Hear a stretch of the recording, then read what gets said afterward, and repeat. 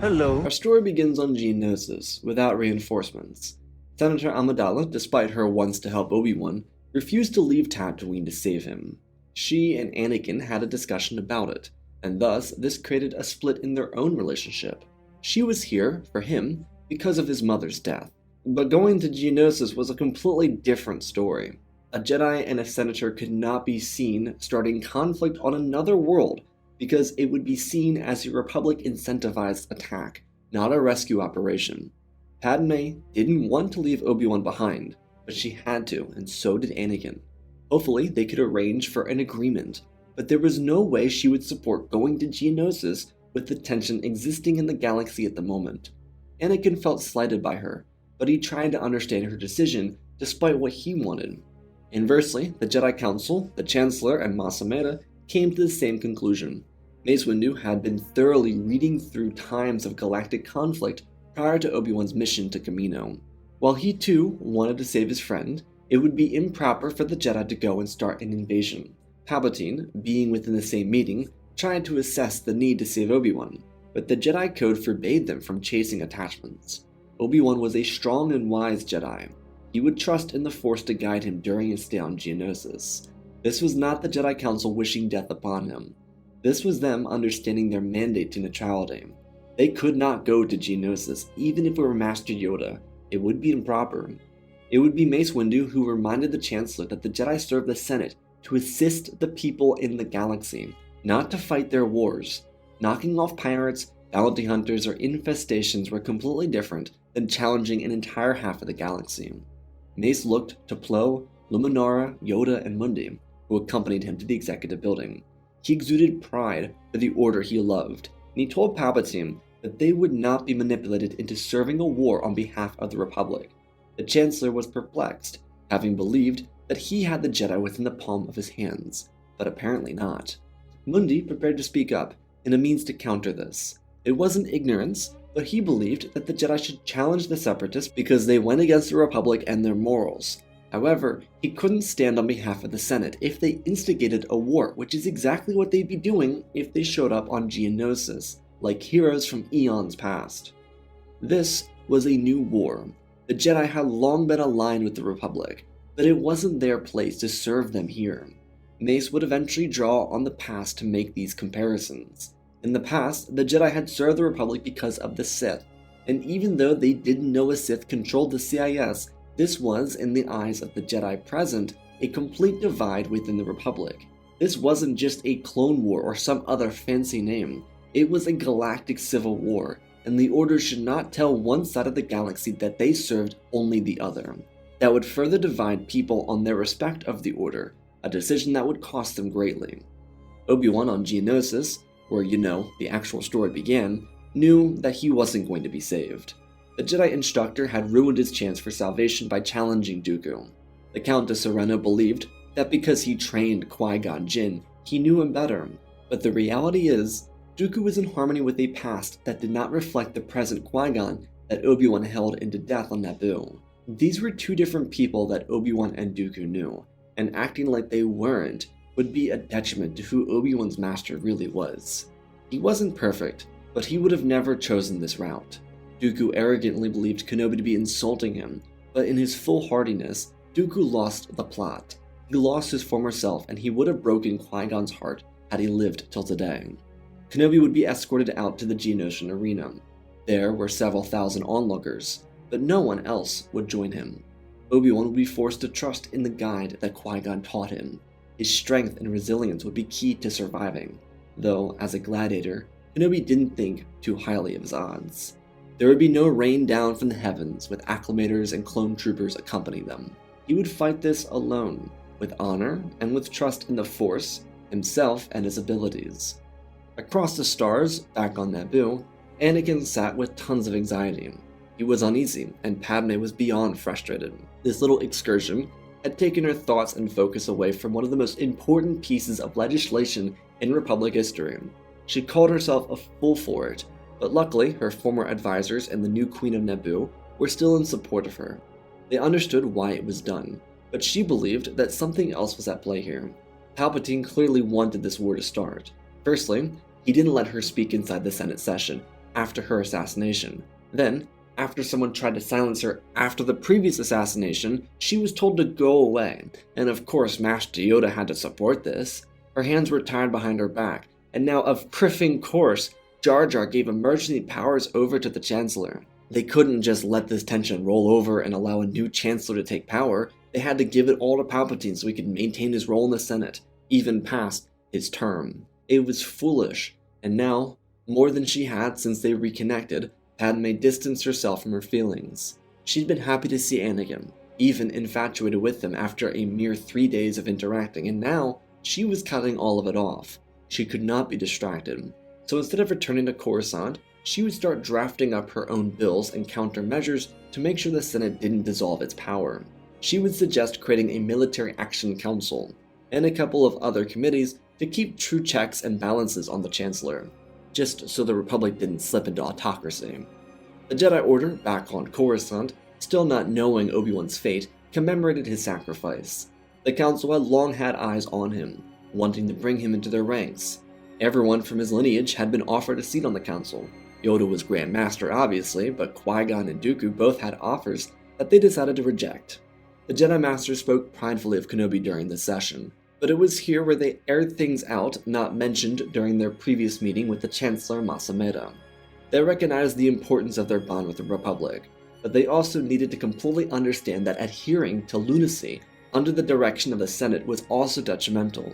Many of their own order had conflicting issues with Republic policy over the past decade, even extending into decades before. These gripes could not be ignored anymore, because they weren't created out of nothing.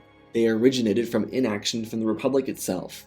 The Council knew that by neglecting service to the Republic would come with backlash, but the body of the Council also knew that favorability within the eyes of galactic citizens mattered more than backlash from the Senate or Republic citizens.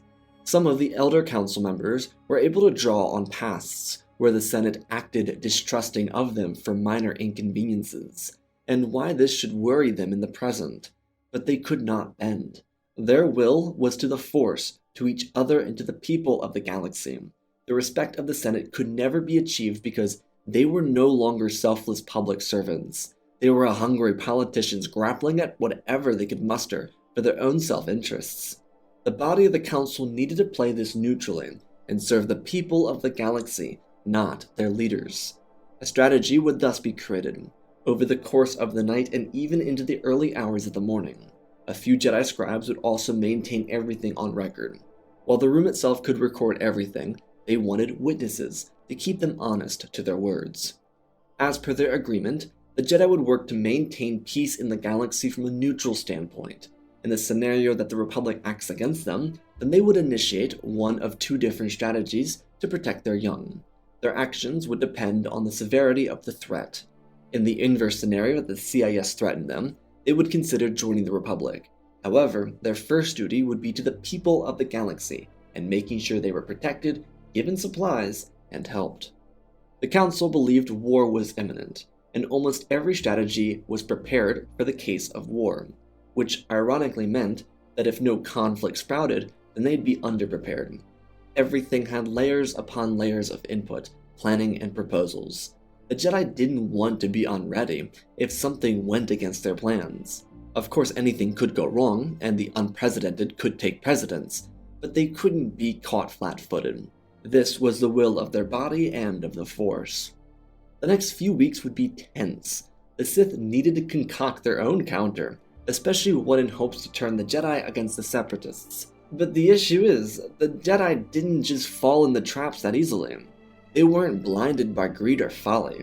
This isn't to say that Palpatine didn't have some great counters, but the entire brain of the Order was working day and night to account for these moves.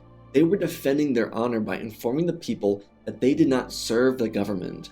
Their allegiance to the Senate had been for the benefit of the people of the Republic. But in a time of tension, as Yoda stated in his debriefing to the galaxy, especially a time that pinned two entire regions of the galaxy against each other, the Jedi would not pick a side. They would continue serving those in need. And as they set the record straight, conflict started. It happened at the most random planet too, Falline.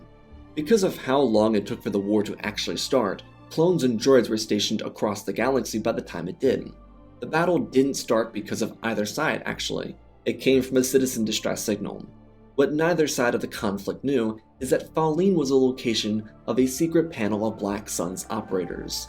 Their criminal network extended directly through this world, and so the distress signal came from a vessel that was at the wrong place at the wrong time. They were getting clobbered by Black Sun's star cruisers, until the attacked cruiser called for help from anyone. The Republic and Confederacy rushed in to see what was happening, and a battle erupted in space, and then it slid down to the surface. This would result in the destruction of the Black Sun's operational council, but it would also kick off the Clone War. All at once, like the flipping of a light switch, battles across every front in the galaxy activated, clones fighting battle droids, and Sith deciding on how to shoehorn the Jedi into this. They had a few weeks to get everything together for potential scenarios, and they got to work immediately on bringing the Jedi into the battle or making them look like they started it directly. A heartbroken Anakin would accompany Master Plo Koon and Aayla Secura to Falline. The Council kept an eye on the still Jedi Padawan, ever since Obi-Wan's loss at Geonosis. Plo volunteered himself because he had just finished training Boltar Swan prior to the first assassination attempt on Padme's life, so he was free and more than capable. He would be Anakin's interim instructor, though Skywalker was nowhere near ready to become a knight. Aayla Secura, who had been one for a couple years, would eventually be assigned to train Ahsoka. Anyways, this first mission was good for Skywalker. Plo was good at alleviating some of his pain over the fractured relationship with Padme and losing his master.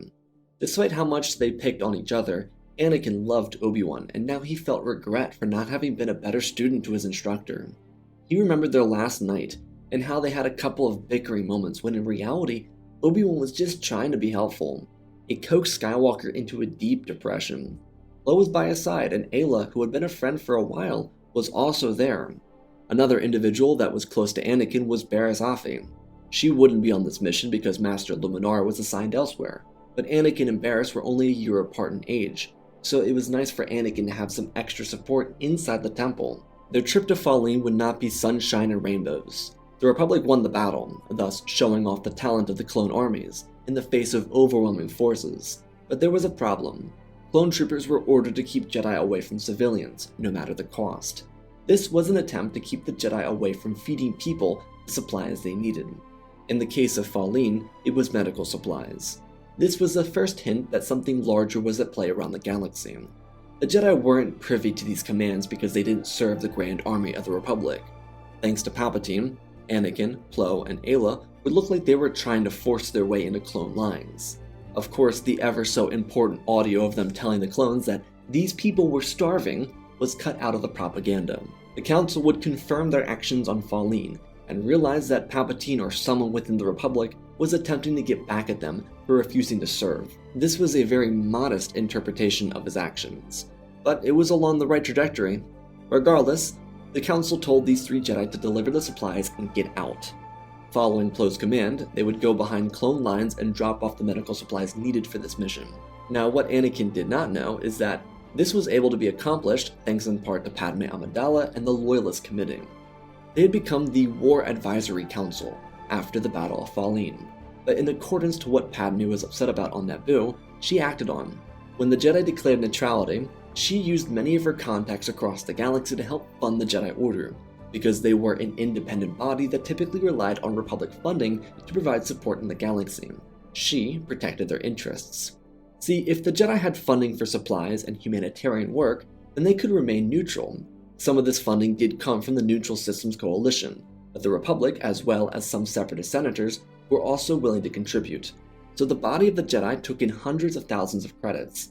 The Order was always pretty transparent with their financial accounting, so everything they received from donations was publicly shown to go into whatever it went into. This came in handy especially after the Falline incident paraded across Republic news outlets. The facts were hard and present. 50,000 credits went to Falline. Plo, Aayla, and Anakin worked all night delivering supplies to people in need, with the assistance of the locals before leaving. It was proof that the Jedi were willing to work behind Republic lines if it meant getting the job done for galactic citizens. So while people could be manipulated by the media, the facts were hard and present for people to read, if they spent more than 5 minutes actually searching for it.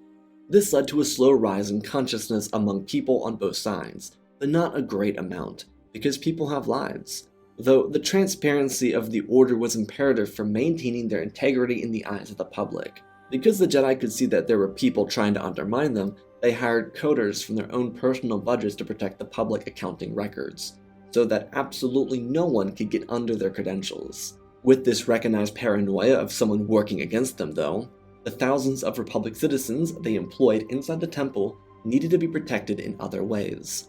A lot of people who worked inside the Jedi Temple would be moved to off-site locations, ones that would continue to assist humanitarian work, but absolutely protect the Jedi from internal attacks. The temple, that used to be a sanctuary to the public, citizens, and senators, was now limited to those who were only Jedi, nothing less. At this crucial point, with the war starting to engulf the galaxy, and the Jedi moving to counter-protected humanitarian zones, the Council came to another decision. The war had been going on for at least 2 weeks by this point, but with struggles across the galaxy for Republic citizens, Confederate citizens, and those trapped in the middle, they realized that more needed to be done. Humanitarian efforts were working brilliantly, and the Loyalist Committee had done them a serious solid by getting them supplies that they needed. The Jedi were publicly displaying 25 million donations and counting, as well as 10 million of those credits being used already. This came from Satine, Mina Bonteri, and a number of other senators and politicians across the galaxy that took their oath seriously. Though the Jedi, with a firm belief that something foul was taking over the galaxy, spoke of creating a new sect of their order. They had been defenders of peace and justice for forever, but this war called for them to do something else. Sure, Dooku might be a Sith, but they couldn't go to war based on one man, or even two if that included their master. This was a conflict founded in a divide in governance, not in the creation of a lethal Sith legion. The Council therefore decided to create a secret service. They couldn't continue working from the shadows as Jedi. They needed to be more. Espionage needed to be their game, and if they didn't, then more people would needlessly die. It was clear that the powers that be were too committed to destroying the galaxy and needed to change here and now. Their efforts would be directed into establishing this secret service, one that they would name Rooted. Thanks to diversifying their Republic workers to other locations around the city of Coruscant, the Jedi could pick, say, 1 or 2 of those places and build a shop. See, the Jedi were going to create this group not as Jedi, but as something completely separate. These would be warriors, spies, intelligence officers, and so forth. Their entire goal would be getting into the rooms where talks were happening. This wouldn't be some half-effort project either. The Jedi would go all in, and then they would maintain this rooted branch of their order to protect the interests of Republic citizens going forward. Based on their performance at Falline, Plo and Anakin were already in. Aayla Secura selectively decided to remain out of it, because she wanted to maintain an inspiring leader with humanitarian efforts. Her entire goal was to lead by example with Ahsoka, who was now her student. If she was a spy, then it would be a dangerous road for Ahsoka. Plus, the Order didn't really want anyone learning of this secret sect. Only the best could become rooted, and so the only Jedi that was not a knight or a master to be let in was Anakin. In the coming months, as they set up this rooted base of operation on Coruscant, by their own funding again, the war only intensified. The Jedi did what they could to try and maintain balance, but assassins were quick and many people died. This included Jedi representatives and senators for both governments. The Clone Wars showed no mercy to anyone, especially not the Jedi. But there was a twist that hit their ranks, one that would have the Council welcoming back an old friend. Obi-Wan Kenobi had survived Geonosis. It was a harrowing escape, but he did it by killing the Acolyte, and then when he was charged by the Reek, he burrowed inside the Acolyte. How did he kill the massive beast, you might ask? Well, he lodged a spear in his head. Yeah, pretty picture. Happy you asked now? Kenobi had to do some unspeakable things to survive. But he had been stuck behind enemy lines for the last few months. He was on Geonosis for too long, and because of it, he was able to gather intel like a mad lad. What Obi-Wan found would be instrumental in the new rooted organization of the Order. Among Separatist battle plans, slaver cells, Foundation planets, and even star cruisers was an impossibly large weapon. There was no name for it, but it was a moon-sized space station that was designed to destroy planets. Obi-Wan didn't get his hands on the same version as Dooku, so what he had were some rougher outlines, but it was proof of something larger here. The Council erupted in the chaos at the sight of this technological terror, some believing that they needed to confide in the Republic, others believing that they needed to further their efforts into the rooted program. But one thing was being overlooked. Obi-Wan had studied the specs for most of the past month since he found it, and he could certifiably tell them that the Separatists, with or without the Confederacy, could not build this. Oh, what's this? The CIS had a council of leaders, and a government that were not totally in sync. Kenobi could completely bury the CIS, but what he didn't know is how the Jedi maintained a neutral position. It's a really good thing Obi-Wan was loyal to the Council above all else, because he could have screwed up everything for them. The leaders of the Order would speak for hours, similar to their meeting following Obi-Wan's apparent death. Kenobi would add input before being offered a seat with them, or a chance to join Skywalker and Plo with the rooted group. Obi-Wan would choose the latter, but this did beg the question. Could the Jedi effectively remain neutral knowing that the Separatists planned on building a Death Star? Obi-Wan inversely would let the Council continue their rounds as they moved to investigate the rooted facility. When he was led out by Master Imogundi, he walked into what looked to be a tailor's shop. The man at the counter asked him for his identification, which prompted Kenobi to look over to his peer. Imogundi said a short phrase, "Harmony, not victory." It was a little nod to the Jedi and Sith codes. A bit on the nose, but only a fairly educated individual could properly guess at it. Not the biggest or most challenging thing ever, but it did the job. The Order hadn't done anything over the top yet with this facility, but there were plans for an underground transit to and from the temple. They instead walked into the second level, where a couple of other Jedi were gathered in a discussion room. Among them were Tera Sinube, Pong Krell, Plo Koon, Adi Gallia, and Anakin Skywalker. They were setting up their command room, and when Anakin saw Obi-Wan out of the corner of his eyes, he jumped with joy, running over to give his instructor a massive hug. The others in the room smiled to each other as they watched Master and Apprentice embrace. Maybe it wasn't the most traditional Jedi greeting, but they could live vicariously through Anakin as he graciously accepted his master's resurrection. Anakin quickly asked how his student was alive, and Obi-Wan planted his hand firmly on his student's shoulder, looking to his peers and then telling Anakin that it was a story for another time. He gleefully asked what Anakin had been up to in his absence. The other Jedi would help Skywalker diagnose what they were doing here at the rooted tailor shop. Is it on the nose yet? Maybe. They were able to tell him that over the past few months, while he was hiding out with the Geonosian Queen, they'd been setting up their own little network of espionage. Welcome to the new Knights of the Galaxy.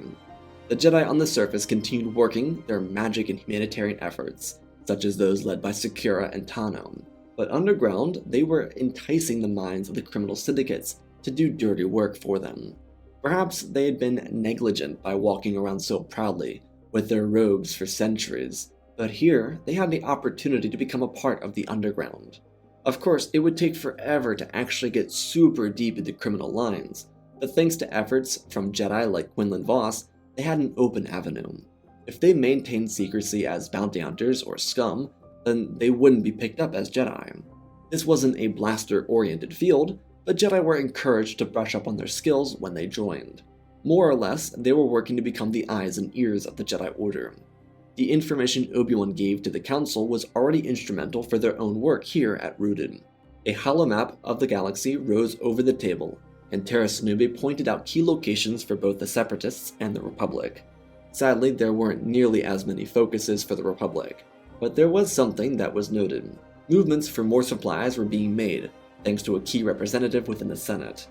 What the Jedi were having a hard time trying to put together in the past few months was what these supplies were going towards. When the planet killer was revealed to the Council, those at Rooted came to a conclusion that it could be that project, but it didn't make a lot of sense. The materials listed for the project inside the initial specs from Obi-Wan were what the Republic was harvesting from planets around the galaxy. Where those materials were going, no one knew. That's actually where Anakin came in at. His Padawan trials would be some of the more challenging ones for any Jedi ever, but Plo, and of course Master Kenobi, saw to it that he'd succeed. Anakin would be going undercover as a Republic deckhand. He was young enough and he shouldn't be on anyone's radar for this. Plus, it was a supply carrier. The Jedi did suggest that Obi-Wan run as backup because no one knew he survived Geonosis, and so he agreed. Their mission would be one of many carried out at the same time. Pong Krell was going back to Ord Mantell to try and convince the Black Suns that the Battle of Falline transpired because of the Hutts, and that the Pikes were pushing the Hutts into doing it. This was something Quinlan Vos was working on at Coruscant, thanks to his access at high-security prisons across the city.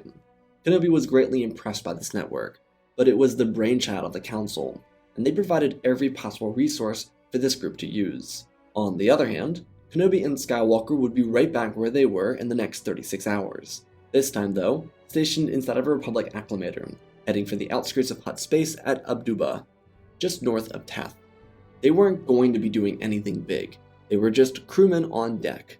These crews were typically hard to keep in check because they rotated frequently. The only common per ship was typically the captain, mostly because these were undercover missions, not really on the radar for anyone, except for a select few. Those Republic citizens that were serving thought that they were contributing to the war effort, but they were helping gather supplies for the Great Weapon. As Anakin and Obi-Wan remained steadfast in their crewman uniforms, they lined up with the criminal syndicate ship just outside of Hutt space. The vessels docked and the crews moved along to gather supplies. It would take a long time just to stockpile everything, but eventually after 3 or 4 more ships rendezvoused with them, they'd be finished, before departing back into hyperspace. The location for this drop-off was a secret base on Wayland. Though the name of the base was not spoken, it was Mount Tantus. Kenobi and Skywalker would report back on their mission as a success, before being assigned to Duel 1 in Separatist territory, following the exact same procedure as before, just with a group of CIS loyalists. This mission wouldn't be as smooth, because one of the operators was a very irritated Assaj Ventress. Sidious didn't just want her dead for being a distraction to Dooku, but because she knew secrets that no one else was supposed to know. Here though, long before Palpatine would ever give the order, she would notice 2 familiar men. These individuals were only familiar thanks to Dooku. Her lightsabers would ignite into a flurry of crimson. Obi-Wan and Anakin played dumb before defending themselves from her strikes. The 2 blue sabers flashed into life as they sped into defense and into offense. Assaj was already on edge because she hated these missions, and now she could finally relish in killing these 2 fools who found themselves in her presence, not even questioning why they were here. Lightsabers collided away, forcing Kenobi and Anakin to take their respective positions. It had been a while, but Skywalker was also practicing with Plo. Their sabers slashed and dragged, forcing the 3 duelists to keep distance from one another. Due to the responsibility the Jedi had here, though, they had to do some unnecessary work. Skywalker and Kenobi fought their way through the ship and sliced through the main reactor, which completely disabled the ship. Thanks to their fight starting in the bridge, the communication relay was completely down, and now, with droids still unloading supplies into the hangar of the carrier, the 2 Jedi rushed across the sky bridge into the ship Ventress came into. Assaj was trailing them. Their duel was a show of excellence and brilliance, but the Jedi were basically stalling. It was a great match of wasting time, and when they got to the other side of the sky bridge, they used the Force to launch Assaj through the other side, before cutting the panels beside them, releasing not just the hangar but the entire bridge. Assaj and the entire crew would sadly be sucked out into deep space. Though this was only a crew of 20 people, it was a show of the reality the Jedi faced by going undercover. Their code had to be thrown out to complete this mission. The carrier would be destroyed to cover up their mess. Killing Assaj may have been an achievement, but the Sith were very aware that the Jedi were up to something. Dooku himself had been in a duel with Adi Gallia and Plo Koon during an undercover mission they were on. It resulted in a draw, but Plo walked away without one of his arms, and Gallia was in near critical condition because she'd been hit by electricity. The Count de Sereno was getting older, but he was still a generational duelist. Despite these hiccups, there was no direct evidence that the Sith could use to make the Jedi look bad with this undercover operation. The public had already been convinced that they were doing bad things, but it didn't really change anything. The Jedi, even though they displayed their accounting records, weren't seen in a positive light. But who cared? That was the one thing the Sith had overlooked, which was how much they thought the people would care about a complacent religion. The Jedi may have been actively helping people, but the majority of galactic citizens didn't see it. But so what? It didn't change anything because the Jedi weren't fighting on behalf of either side. Sure, the made-up stories weren't true, but it didn't change anything for anybody. The Sith were trying so hard to make the people dislike the Jedi that it made the people just not care anymore. Every day was a new clip of them doing something apparently egregious, and eventually, the outrage just vanished. It just became so what or what's new, making people just forget that the Jedi were even involved with the war at all. This was partly due to the information being shoved down their throats every day, but also because the war was getting worse by the day. New casualty counts for civilians came out by the week, and they were jumping up by near millions. The Clone War was ravaging through every ounce of the galaxy, and the people cared a lot more about that than what the Jedi were doing, or what they weren't doing. Though, with clear proof that the Sith were onto them, or at least Dooku, the rooted sect of the Jedi Order initiated their side plan. Believing that the Sith were working with the syndicates, they triggered another divide. Thanks to early work done by rooted Jedi, the Black Suns openly attacked the Pikes, blaming the Hutts for their suggestion to attack them. This was meant to fracture the non-existent alliance between both the Hutts and the Pikes, but it didn't exist. Instead, what it did, which the Jedi believed would happen, was fling the three major criminal syndicates into a war with each other. The Hutts were the main target, but eventually it would be revealed through more lies that the Black Suns did what they did to get more power following Falline, which would, turn the Pikes against them. Outside the criminal squabbles, Jedi openly and secretively were working with the Separatists, Republic, and Neutral Systems Coalition. A number of representatives were siding with the neutrality of the Jedi because they were actually trying to end the war if you paid attention. The rooted Jedi were able to use rumors and behind-door conversations to aid the upfront Jedi with their agreements and alliances. So, in the middle of open debriefings between the Republic, Separatists, and Neutral Systems, the Jedi seemed like they always had the right answers. So, say for example, if Mina Bonteri or a couple of Separatists wanted a given deal, but didn't directly state it, then the Jedi, posing as a maid, could retrieve and dispense the information to someone else, which would fall into the hands of, say, Padme or Satine or Syndulla. This was selective political manipulation, meant to tie the Republic and Confederacy by their arms and legs and expose the true villains, who the Jedi knew was Dooku and were starting to think was Palpatine. As for the mission Anakin and Obi-Wan just completed, thanks to some bugs laid in the Chancellor's computer console by an Anzellan contact, they were able to learn that Palpatine was actively in communication with the suppliers that they were getting all those materials from. Now, this traditionally wouldn't be a big deal, because theoretically, these supplies could be for the clone army and their armor. But firstly, it wasn't the same material used for clone armor, and secondly, it wasn't going to a regular supply depot, like say Kamino or Kuat. Palpatine was doing a lot of this to ensure loyalty throughout the ranks as they moved into an Imperial regime, which the Jedi didn't know yet. But they did know that these supplies were getting deposited at Wayland for some reason. But just knowing that Palpatine was involved was half the battle for the Jedi. They needed to continue being vigilant. At the end of the first year of combat, the rooted Jedi were spreading their resources even further. A true rupture had been started politically, and the Sith were starting to fight back. At this point, there had been more underground engagements between Jedi and Sith than there had been open fights in the last millennium. Sidious was engaged in this. Savage and Maul had also been recruited for this, which helped the Sith thin out some opponents. Plo Koon was killed by Savage and Maul, before they were gutted by another couple Jedi led by Pong Krell. Plo only lost his fight because Savage broke his mask off of him. It was unfair after that. Sidious had killed a couple of Jedi in an engagement as well, which he relished in, but this was an order of 10,000, one that had not sacrificed Jedi at the Battle of Geonosis, that didn't happen, and one that was actively winning this war by remaining neutral and unnoticed by the public eye. The Jedi replenished their lines with temple guards because they were nearly impossible to trace. At the same time, they began work on migrating children off of Coruscant, and then also building their own underground transit in the Ecumenopolis itself. The reason this construction worked is because the Jedi employed Republic citizens. This was listed as numerous different projects across the city. Also, this did not come from the donations they had on public record. The Jedi had been saving money for centuries, something done under Yoda's tenure during the High Republic.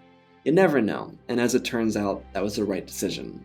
While this wasn't the main focus of the Jedi Order, it would come in handy with distracting the Chancellor. Palpatine was looking at the people the Jedi hired. He had his own investigators trying to figure out what the Jedi were constructing. This could effectively ruin the rooted plan for the Jedi, but they specifically planted most of the work on their transit midway between the temple and the rooted tailor shop, making any connections between either impossible. The Order knew that they would never finish the transit before the end of the war, so just installing it was key in confusing the Sith, which is what it did. Due to the deaths of various rooted Jedi, they were forced to send out larger detachments of Jedi on missions to ensure success if they came across Dooku or the other Sith. But an order recently from the High Council came in. They believed they had enough leeway to completely rupture the CIS and Republic in one go. Because Rooted didn't follow the same code as the rest of the Order, they were given the clearance to commit an act of terrorism. But it's okay, it was Dooku, so don't worry about it. The Jedi were able to use nanotechnology found by the now Jedi Knight Barriss Offee. She was promoted to a Knight by Luminara, so that she could join the ranks of the Rooted. Barriss's contribution would absolutely be necessary. One of the Jedi maids working around Castle Sereno would be given the nanobots and eventually placed into his main chambers. This of course was simple planning, much harder to do in theory, but with the Jedi leaning on rupturing the entire chain of the war, the Rooted came up with their own counters just in case. They knew that the Sith were watching them, confirmed by the deaths of Plo and a few other Jedi. With the also deaths of Savage, Maul, and Assaj, known to the Jedi, only Dooku and his master remained as threats. There were two paths that this might go, one in which Sidious followed them, or one in which Dooku did. In either case, they'd be prepared. The Jedi created a diversion on Coruscant, an explosion that didn't harm any citizens, but got the attention of the press. Palpatine was instantly on the case. The Rooted knew that their target operated on Coruscant, hence their operational failure at one of the outposts. The Jedi almost let citizens get hurt, but they decided against it at the last second. As they waited for the arrival of Palpatine, nothing came. But news arrived from outside the core. Dooku's office was bombarded by the nanobots. The Jedi maid was able to confirm that Grievous and Dooku were killed in the same blast. They were meeting to make arrangements on the slaughter of the entire Confederate government, though records of that meeting would never survive the blast, a faulty result of the nanobot explosion that leveled Castle Sereno. On Coruscant, though, a squad of Jedi, including Krell, Skywalker, Fisto, Kenobi, 2 Masters, and 2 Temple Guards, waited. Their eyes were peeled on the controlled explosion. In this controlled explosion, a building scheduled for demolition also collapsed, which made everything look worse, i.e., this problem happened at a Jedi worksite, one operated by Republic citizens. The Rooted were so ingrained in this process that they made sure the soon-to-be demolition wasn't public record yet. People knew the building would be retrofitted, but the demolition plans were not known to anyone. As the Jedi hoped, the Sith would make a showing. Kit Fisto was the only Jedi to have survived an encounter with this individual. He lost his shoulder to Palpatine. It was an awkward cut, but it knocked him out. When Sidious's dark robes showed themselves, the Jedi readied and surrounded him. This fight was all in the open as well, so people, as soon as the light show started, were able to see it transpire. The reason Palpatine came here is because he believed the Jedi were trying to do something to get into his building. That was not the case, it was just a diversion. Krell took point, using his massive staves to cut down on Palpatine's defense, but the speedy Sith Lord outmaneuvered him, slicing into a Jedi Master and throwing electricity at one of the Temple Guards. The Jedi continued maneuvering into this fight, which Sidious seemed readily prepared for each step. Their blades continued to slash into each other's, and Sidious ducked away, forcing Jedi to parry one another. It obviously wasn't intentional, but the Dark Lord was fighting like he was in his prime, and he was unstoppable because of it. The Jedi lost another as a Temple Guard dropped. The other one held his brother before grabbing their pike and joining the other Jedi. The weapons continued to bounce and bob in the air. Anakin and Obi-Wan were glued to the other's hips. They moved as a team. Since Plo's death, they'd become quite an unstoppable duo. They were always with each other, and constantly working to expand Anakin's powers. The two jumped down, using strong defense and offense against Palpatine, but he split the Force in either direction of himself, robbing both from their feet. Krell, Fisto, and the remaining Temple Guard, Violam, ran in, their sabers all crushing down, some parries, others total misses. Sidious jumped up, kicking the Temple Guard in the face and removing the Palatine's mask. He spun around and slammed into Kit, who was defending himself. His mastery of Form 1 was considered to be a weakness in Palpatine's mind, but the rampant strikes kept him from getting himself killed. Sidious turned his focus away as he ducked Krell and swung for his back, but the massive staves moved in to shred the strike. Palpatine flung electricity at the towering Jedi Master, but he protected himself. Behind Sheev was Skywalker, who nearly missed his neck, but removed his hood, forcing Palpatine's identity to be seen by the Jedi and the people watching over him. Some of them were properly informed, others were not, though the Jedi did not stop. Kenobi lobbed his saber forward, and Sidious deflected the strike, before rushing in to kill Anakin's master. But Kenobi had thrown the saber with intention. He had already grabbed one of his fallen comrades' weapons, and drove it through Palpatine's stomach. The Sith Lord dropped his dominant weapon, before driving his saber down towards Kenobi's chest. Krell and Fisto both had their hands outstretched, stopping the strike from penetrating Obi-Wan's heart.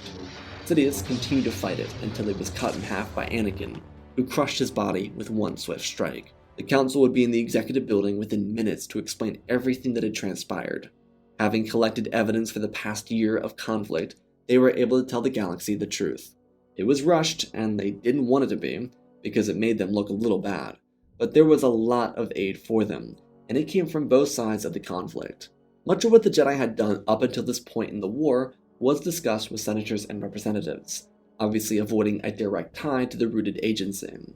The Jedi seen at the brawl with Sidious would be mostly forgotten, not because of choice or anything, but because their identities were completely hidden from the public. They were off of Jedi record, and their existence was pretty much wiped from any database, due to serving rooted.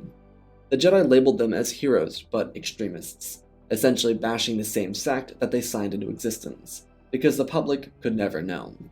But thanks to help from several representatives around the galaxy, the Jedi were able to get cleared from any sort of fallout. While the Galactic citizens were eating up material meant to make the Jedi look bad, their actual work was changing the galaxy, and the Order wasn't involved in this part of cleaning up their actions. The Council would address the attack in Midtown Coruscant before letting the senators, representatives, monarchs, governors, mayors, and so forth represent the Jedi in the light of who they truly were, which were heroes of the galaxy. The Order didn't get involved in that part because they were covered. Their actions as humanitarians were shown and labeled, as well as their publicly shown accounting for it. A big quiet part of their actions was bringing these politicians together, because despite everything that looked great now, they lost several of their own members in trying to bring hopefuls for a peace treaty together. The Jedi took the most hits from that. At every step of the way, the Jedi Order were the heroes of the story. They had saved the galaxy from itself and brought an end to the Clone Wars, though they wouldn't address work in the Outer Rim. Many of these senators knew that the Jedi were actively dividing the crime families, but they didn't exactly know how. They just trusted that the Jedi did, because they had brought the people back together in some form of unity, something Palpatine and Dooku didn't do. It would take a lot of deliberations, struggles through skirmishes, and plenty of outbursts to bring the two governments back together into a total peace treaty. Once more, the Jedi were responsible for that. They did have to dismantle the Jedi Council, which they had discovered throughout the first year of combat as well. In their work, they would allow the governments to prosecute the true monsters of the war, while the Order continued to work its magic on the Outer Rim. The peace deliberations gave the rooted Jedi a leg up on everything. No longer were they fighting for their seats inside of rooms where things were happening. They were openly being welcomed to be a part of this. Of course, these weren't Jedi in the eyes of the politicians and so forth that were bringing them in. These were loyal maids, some even political understudies, and so forth. Most of the rooted were able to remain undetected, and they stayed that way. As an expansion to the Jedi work on Coruscant with the transit, a new training academy would be opened on Lothal, where the younglings would be kept from here on out. The fear of losing them was a very real one for the Jedi, so Lothal was the safest choice, and Yoda would lead this new training academy, because it was completely separated from the rest of any conflict for the Jedi. The Republic and Confederacy came together, but it would only be temporary. Another split would occur, though this was once again through Jedi intervention. The two powers together almost started another conflict, and keeping them apart was better for the time being. Truthfully, maintaining the balance between governing bodies was much easier for the Jedi than keeping the criminal syndicates in check. They were destroying each other, but there was always moves for power, which forced the Jedi to keep a check on everyone involved. This went for both the Senate and the criminal syndicates. The rooted would uplift one of their own into a power player for the Black Suns, and it would begin to set things right, before that person got assassinated. But the thing is, despite that death, the Jedi were getting better at what they were doing. This way of working with the galaxy was challenging, much harder than it ever was before, but it would result in a better galaxy. They were certainly sure of it. They saved another civil war outbreak from the CIS and Republic. Now they needed to maintain operation inside their governments. On a more personal note, those who worked with Rooted were challenged immensely, but also their best selves. Anakin, despite never entering a marriage with Padme, would find the greatest joy in his life with this path. The Rooted gave him a chance to expand his Jedi powers, but also his knowledge in ways that fit him personally. Obi-Wan would eventually leave the Rooted and join the High Council, despite not being connected to the Order, but he also did this out of personal preference. It didn't change anything in the master and apprentice dynamic, and no one really noticed outside of that. While Anakin's life as a spy was stressful, it was the good kind. It made him a better Jedi and a better person. He understood more about what it was that he wanted to accomplish, and he got the benefit of uplifting his fellow Jedi around him. The Rooted would remain a secret service for the Jedi Order, but in the neutrality of the Jedi during the Clone War and every conflict after, they had saved themselves and the galaxy from a conflict and many more that would have shred the soul of the cosmos. And that, my friends, is our story. And special thanks to all the patrons: Benjamin Wells, Ozpin, Angel Dust, Jack Silver, There Are Cars, The Shade of Fear, Prismatic Warlock Master, Lyndall Asher, Schmoogs, Darth Vitiate, Seju Jagger, Groot 36, Hunter Belden, Rosebeard, General Alexander, Robin Roberts, Blackie Chan, Chase Lee 18, Alexander Arisa Beginning and End, Django Fat Clone, Nick 5098, Ben Ingram, The Big Red Pyramark, Diamond Constant, Darth Nemesis, Lord Tibbs, CC2024, Galvin Gaming, Tristan, Mandalore, Sirwell in 1767, Darth Vane, Laliant, Sky Guy, Penguin, Cullen Rooney, Shark Midori, RJ38, Nick, Michael Erlanger, The Last Jedi, Apollo, Weewoo 670, Annika Stank Runner, CT7567, Toaster Oven, Oz of Oz, Darth Knox, The Eternal Padawan, Joshua Tem, Jenny Naguin, Sansa Skeleton, Mr. Yeet Gamer, Lord Calic, Youngling Slayer 66, Mad Meta Studios, Anakin 003, Lord Draken, Fortis Legacy Star Wars, Airbus, Rex the Wolf, the main three first names, Dark Saint 46, Baron Joshua, and Lord Deadwing. For supporting the channel, smash that like button. Let's talk about Kingsman, a Star Wars story. This story was a lot of fun. I've done the Jedi CIS story before, which was a ton of fun. This one, I thought it'd be a great opportunity to do something like espionage. Obviously, aside from referencing the Kingsman video I did on another channel, I just had a lot of spy stuff going through my mind when I was writing this, and I thought it'd be fun to do like an espionage kind of story here, where the Jedi are acting as spies. And I don't know, it's kind of badass in my opinion. I think it's cool. Obviously, there are a lot of references to Kingsman here, but the idea that the Jedi go undercover and an entire sect of their order is loyal to the Jedi Code, but they completely disavow the Jedi Code to do what needs to be done, I just thought that would be kind of savage. And it kind of is. Like, this is a group of Jedi that does what needs to be done to stop the Sith. And that's how they're able to undermine the Sith at every step. I don't doubt that Palpatine would have counters, and it's why Palpatine's able to kill Jedi from the Rooted throughout this story. But I also thought that, if the Jedi are working underground and they're constantly getting one step ahead, then they're not going to be stopped. At the end, it's just they're telling the galaxy everything they've learned pretty much, or just using that to kind of spearhead a movement for the Republic and the Separatists into a combined coalition. So I hope you all enjoy the story. I love you all, spread the love, and always remember, my friends, may the Force be with you.